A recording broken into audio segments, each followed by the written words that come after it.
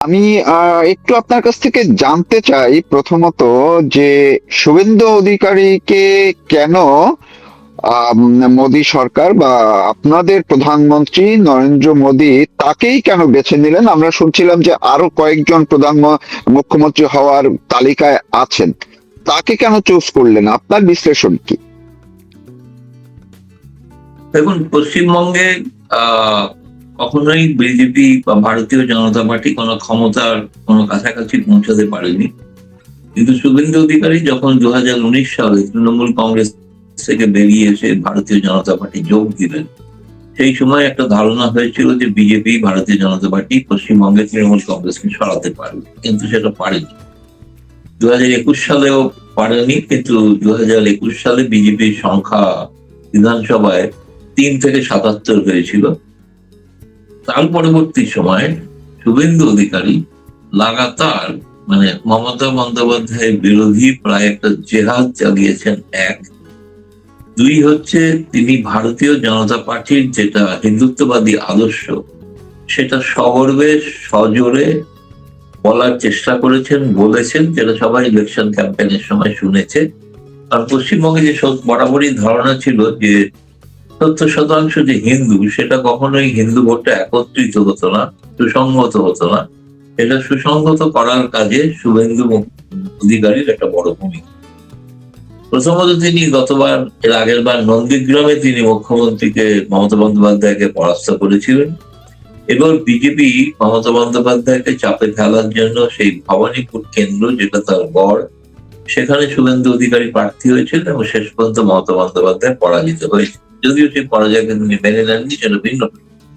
ফলে ভারতীয় জনতা পার্টির দিক থেকে এমন একজন রাজনৈতিক নেতা যিনি পরপর দুবার এবং দুটি কেন্দ্র থেকেই তৃণমূল কংগ্রেসকে পরাস্ত করছেন, এবং মুখ্যমন্ত্রীকে, যিনি বর্তমানে রাজ্যের মুখ্যমন্ত্রী, তাকে হারাচ্ছেন, ফলে স্বাভাবিকভাবেই অন্য নেতার তুলনায় তার মুখ্যমন্ত্রী হওয়ার পদের দাবিটা অনেক বেশি জোরালো। সেই কারণেই তার এই দাবিকে কিছুটা সম্মান জানানো, এবং একইভাবে আমরা জানি যে ক্রমাগত বিজেপি ভারতীয় জনতা পার্টির শুভেন্দু অধিকারী মুখ্যমন্ত্রী হবেন না এমন ঘোষণা করেননি, কিন্তু মুখ্যমন্ত্রী হবেন এটাও বলেননি, কিন্তু গোটা প্রচারটাই পশ্চিমবাংলায় কিন্তু ছিল মমতা বনাম শুভেন্দু। ফলে শুভেন্দু একটা স্বাভাবিক মুখ হয়ে উঠেছিল। এটা ঘটনা, বিজেপিতে আরো অনেক নেতা আছেন পশ্চিমবঙ্গে, বিশেষ করে দিলীপ ঘোষ, রাজ্য সভাপতি শ্রমিক ভট্টাচার্য তিনি কিন্তু এই মুহূর্তে পার্লামেন্টের সাংসদ। ফলে তাকে বিধানসভায় আসতে গেলে আবার নির্বাচিত হয়ে আসতে হবে। দিলীপ ঘোষ নির্বাচিত হয়েছেন ঠিকই, কিন্তু যেহেতু দিলীপ ঘোষ সম্পর্কে প্রথম দিকে একটি ভারতীয় জনতা পার্টি দ্বিধা ছিল, যদিও এবারে নির্বাচনের প্রতিদ্বন্দ্বিতা করতে দিয়েছেন, তিনি জয়ী হয়েছেন, সম্ভবত তাকে উপমুখ্যমন্ত্রী করা হতে পারে। ফলে শুভেন্দু অধিকারী ভারতীয় জনতা পার্টি এবং অমিত শাহর অত্যন্ত স্নেহভাজন হয়ে উঠেছে। অমিত শাহই কিন্তু শুভেন্দু অধিকারীকে ভারতীয় জনতা পার্টিতে নিয়ে আসেন তৃণমূল কংগ্রেসে।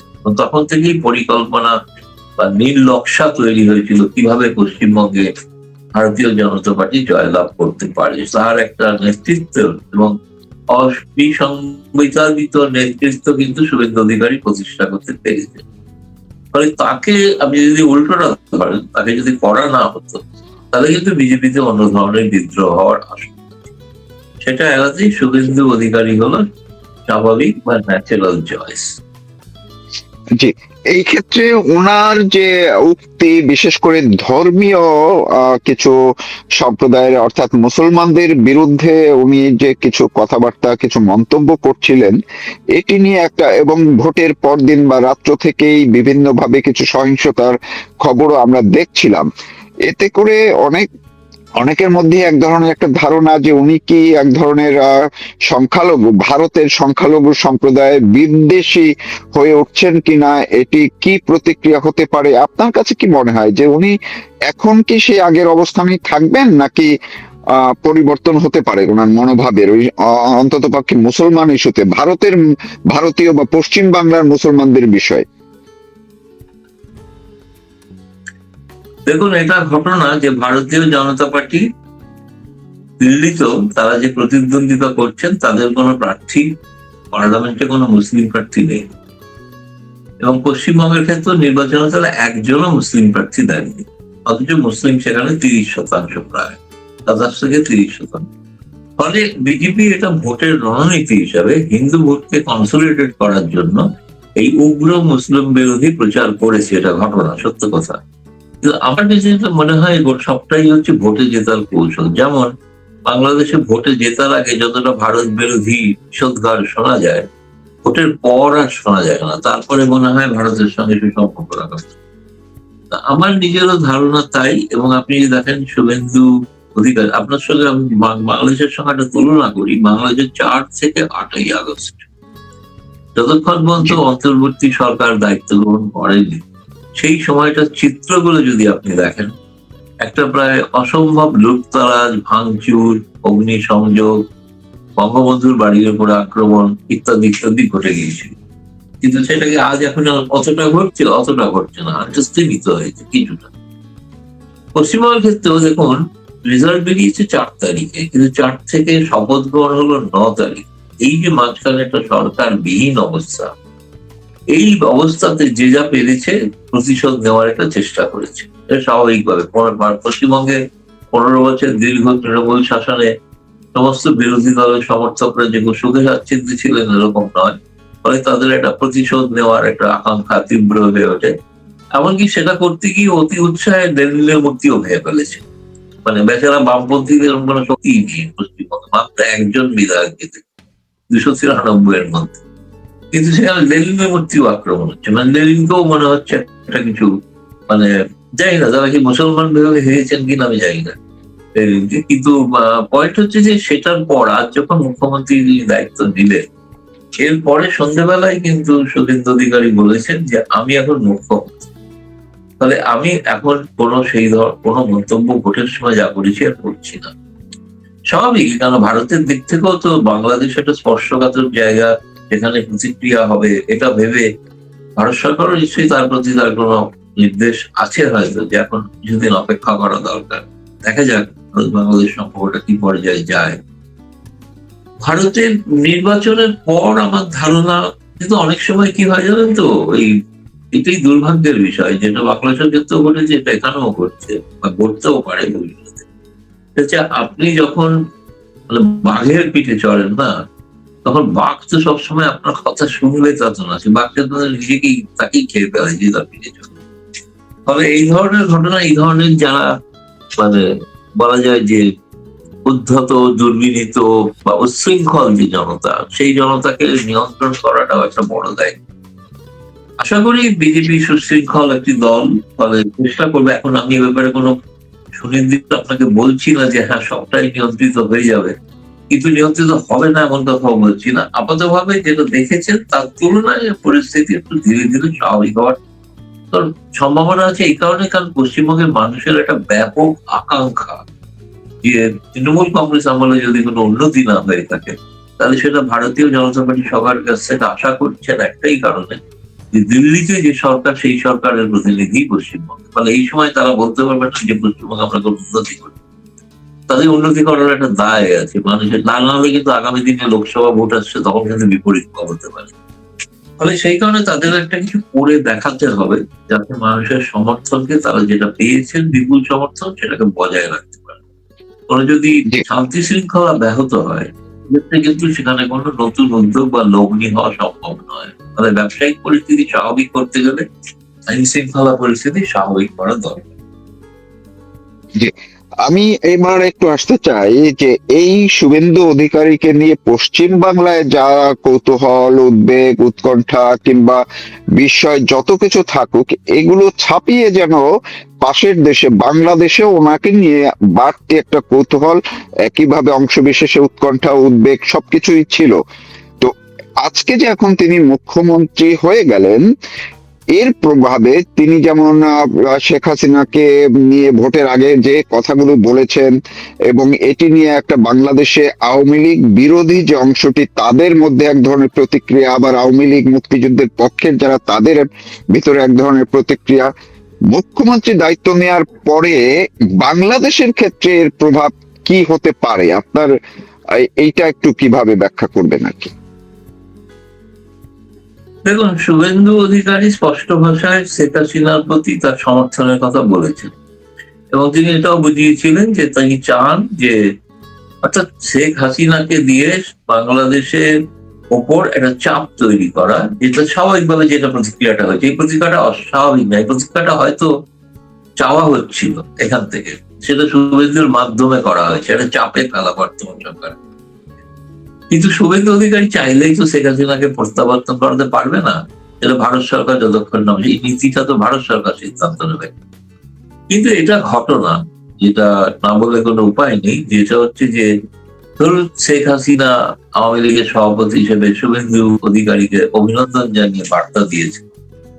আমি এখনো বিএনপি থেকে কোনো বার্তা পাইনি, দেখিনি, জানি না হয়েছে কিনা। শেখ হাসিনা একটা এর আগে কিন্তু একটি অঙ্গরাজ্যের প্রধানমন্ত্রী হওয়ার পর শেখ হাসিনা মমতা বন্দ্যোপাধ্যায়কে অভিনন্দন জানিয়েছেন, মিষ্টি সন্দেশ শাড়ি সব পাঠিয়ে দিল। এমনকি তারেক রহমান জেতার পরেও কিন্তু মমতা বন্দ্যোপাধ্যায় তারেক রহমানকে শুভেচ্ছা পাঠিয়েছে, এবং সেই ফুল সন্দেশ ইত্যাদি সবই পাঠিয়েছে। এখন শুভেন্দু অধিকারী জিতে যাওয়াতে সেটা কিন্তু এখনো বিএনপির থেকে কোনো প্রতিক্রিয়া আমরা দেখিনি, ফলে একটা পরিষ্কার রাজনৈতিক লাইনে বিভাজন দেখতে পাচ্ছি। মনে হচ্ছে যেন পশ্চিমবঙ্গের বিজেপি শেখ হাসিনার পক্ষে, বিএনপি হয়তো নয়। কিন্তু আমি যেটা জানি যে এমনকি এই আগে শপথ গ্রহণ অনুষ্ঠানে ছোটখাটো স্তরে বাংলাদেশেরও প্রচুর আওয়ামী লীগ পন্থী বুদ্ধিজীবী তারা কিন্তু আমন্ত্রিত ছিল শপথ গ্রহণ অনুষ্ঠানে। মানে বিএনপির বড় কেউ আমন্ত্রিত এরকম কাউকে দেখিনি, একজনকে আমি জানি বা চিনি, সবই কিন্তু ছোট ছোট তৃণমূল স্তরের কর্মী, বড় মাপের নেতা কেউই মানে ছিলেন না। কিন্তু তারা সগর্বে ফেসবুকে ঘোষণা করেছেন। তার মধ্যে একজন আওয়ামী লীগ ছিলেন, করতেন, কিন্তু তারেক রহমান জেতার পর থেকে আবার বিএনপি হয়ে গেছে। তাকে ওখানে দেখলাম, সেও কলকাতার বিজেপির খুব ঘনিষ্ঠ। আবার আওয়ামী লীগও ঘনিষ্ঠ, বিএনপির একজনকেই পেয়েছি, সেও বিজেপির ঘনিষ্ঠ, তারপর আত্মীয়তাও আছে বলছেন, বনগাঁর বিধায়ক যিনি হয়েছেন। তো এখন তুলনামূলকভাবে আওয়ামী লীগ পন্থীরা অনেক বেশি উল্লসিত, এবং তারা অনেক বেশি মনে করছেন যে এই বিজেপি ভারতীয় জনতা পার্টি জয়ী হওয়াটা এটা ভবিষ্যতে কোনো না কোনো ভাবে আওয়ামী লীগের জন্য দরজা খুলে গেলে যেতে পারে। সেই কারণেই বাংলাদেশে এই প্রতিক্রিয়াটা হচ্ছে। কিন্তু আমি বলছি এটা ভারত সরকারের সিদ্ধান্তের উপর নির্ভর করে। একটি অঙ্গরাজ্যের রাজনৈতিক দল কিংবা তার মুখ্যমন্ত্রী এই বিষয়ে কোনো সিদ্ধান্ত নিতে পারেন না, নেবেন না, যতক্ষণ না ভারত সরকার তাকে কোনো সিদ্ধান্ত নিতে বলছে।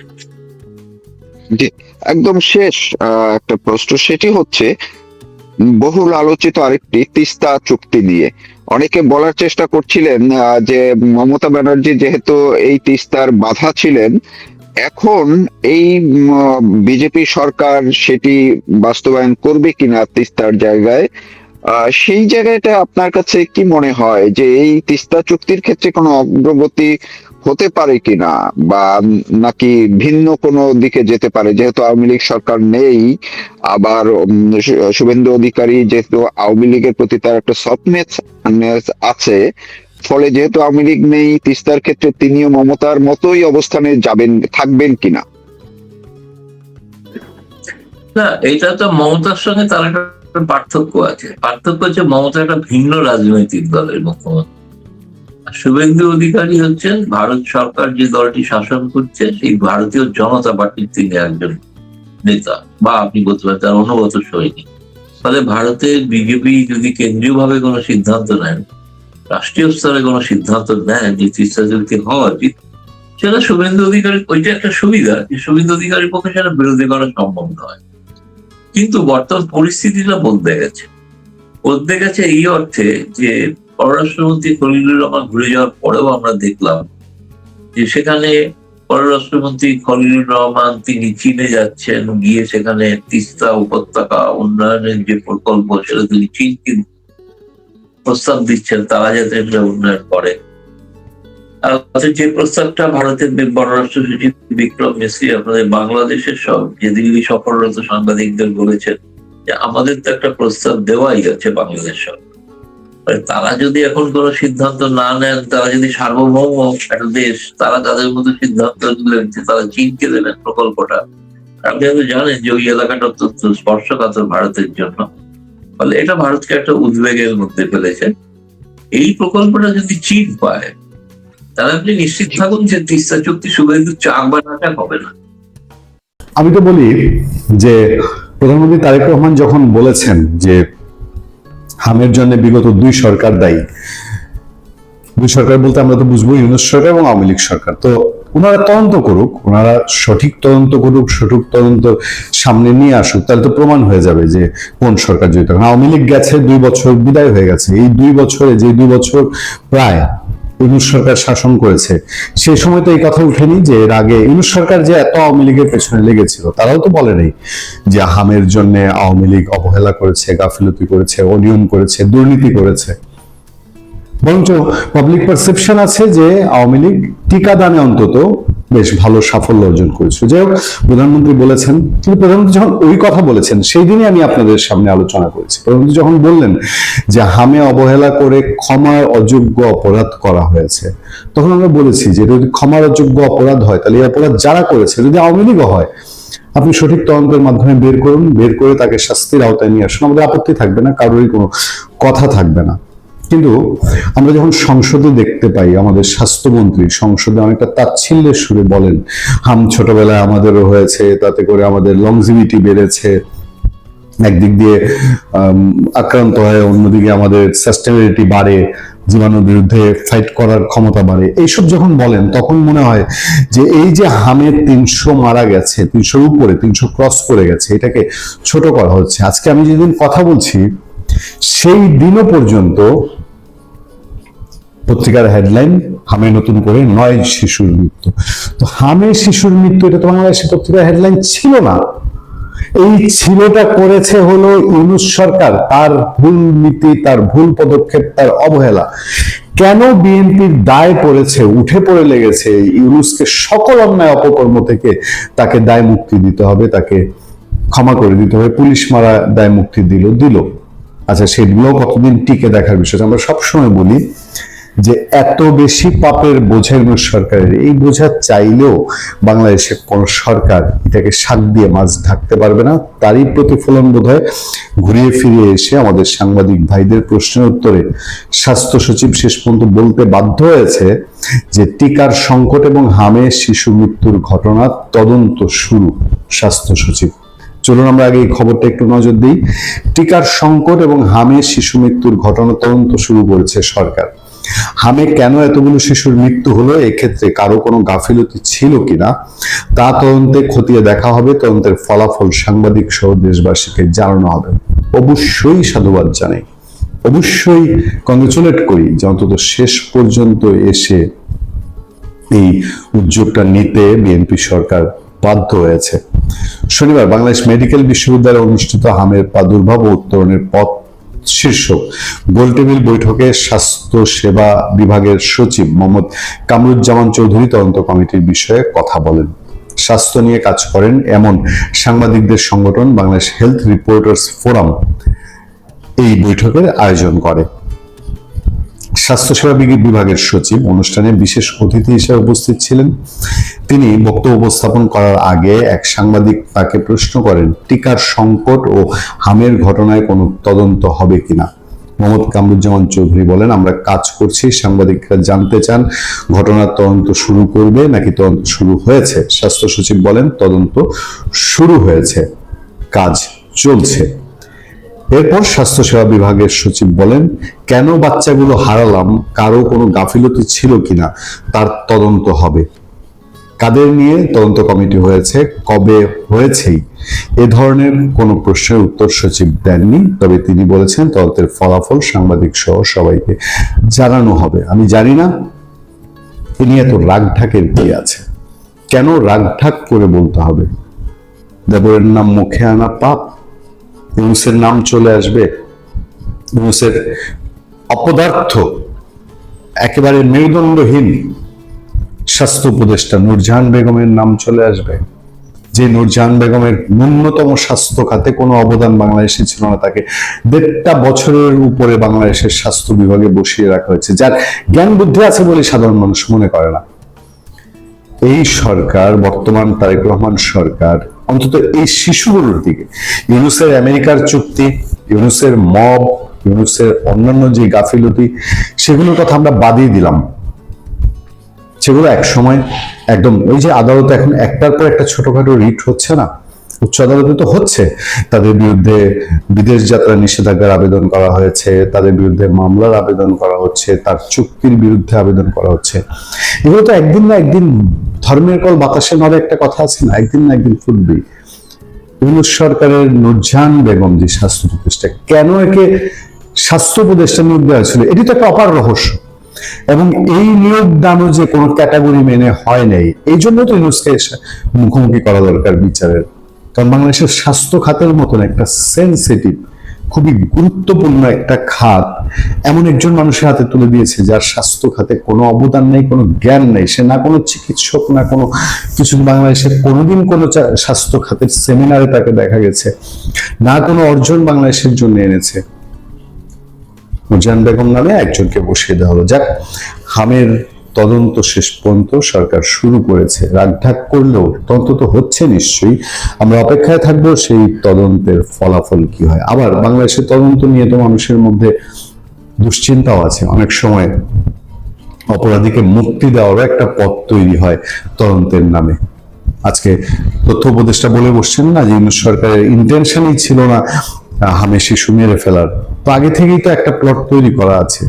ফলে এই রিপোর্ট কি আসে সেটাই জানার অপেক্ষা।